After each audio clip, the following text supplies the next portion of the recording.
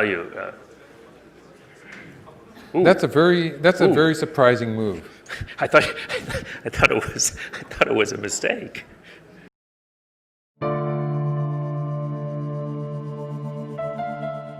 AlphaGo has been through many generations now. The first generation of AlphaGo, which we published in our original Nature paper, was able to beat a professional player for the first time. Now we have the final version of AlphaGo, AlphaGo Zero, which has learned completely from scratch, from first principles, without using any human data, and has achieved the highest level of performance overall. Okay, if intelligence is just a matter of information processing, and we continue to improve our machines, we will produce some form of superintelligence. And we have no idea how long it will take us to create the conditions to do that safely. We're looking for robots that can help people and want to help, that are motivated, that have feelings and feel for us. We're looking then for artificial general intelligence, which is the grand aspiration of the field of AI, especially when it surpasses human-level capabilities and moves towards superintelligence. Let me say that again. We have no idea how long it will take us to create the conditions to do that safely.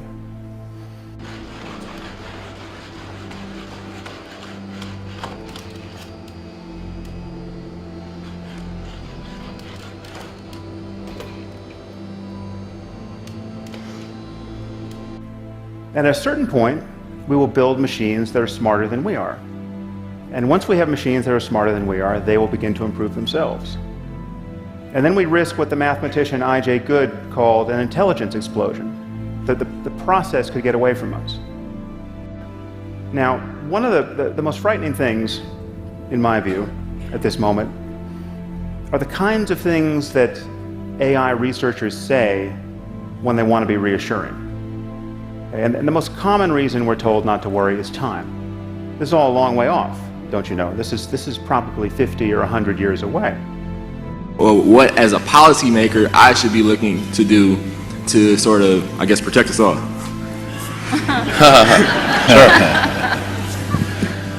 Well, I think it is difficult to appreciate just how far artificial intelligence has advanced and how far it is advancing. Because we have a double exponential at work.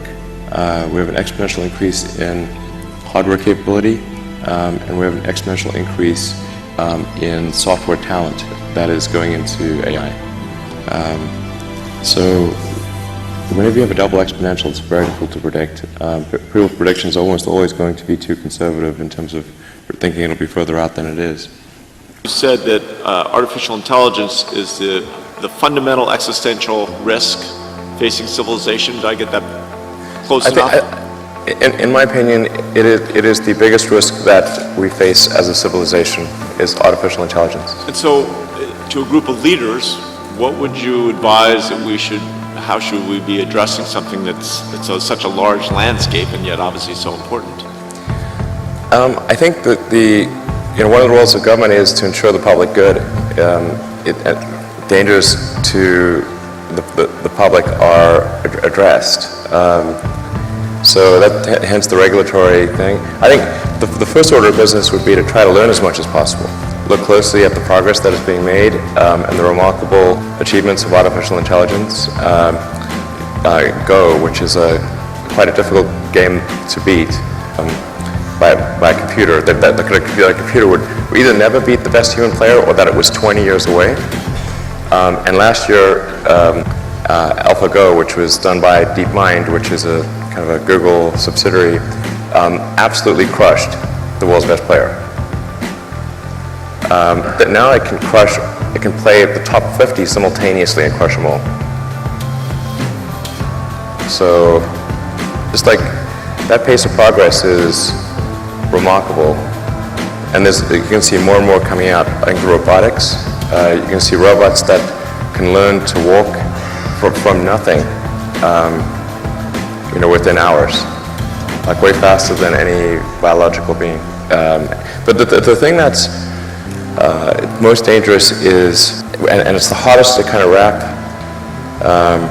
get your arms around, because it's not a physical thing, is kind of a deep intelligence in the network.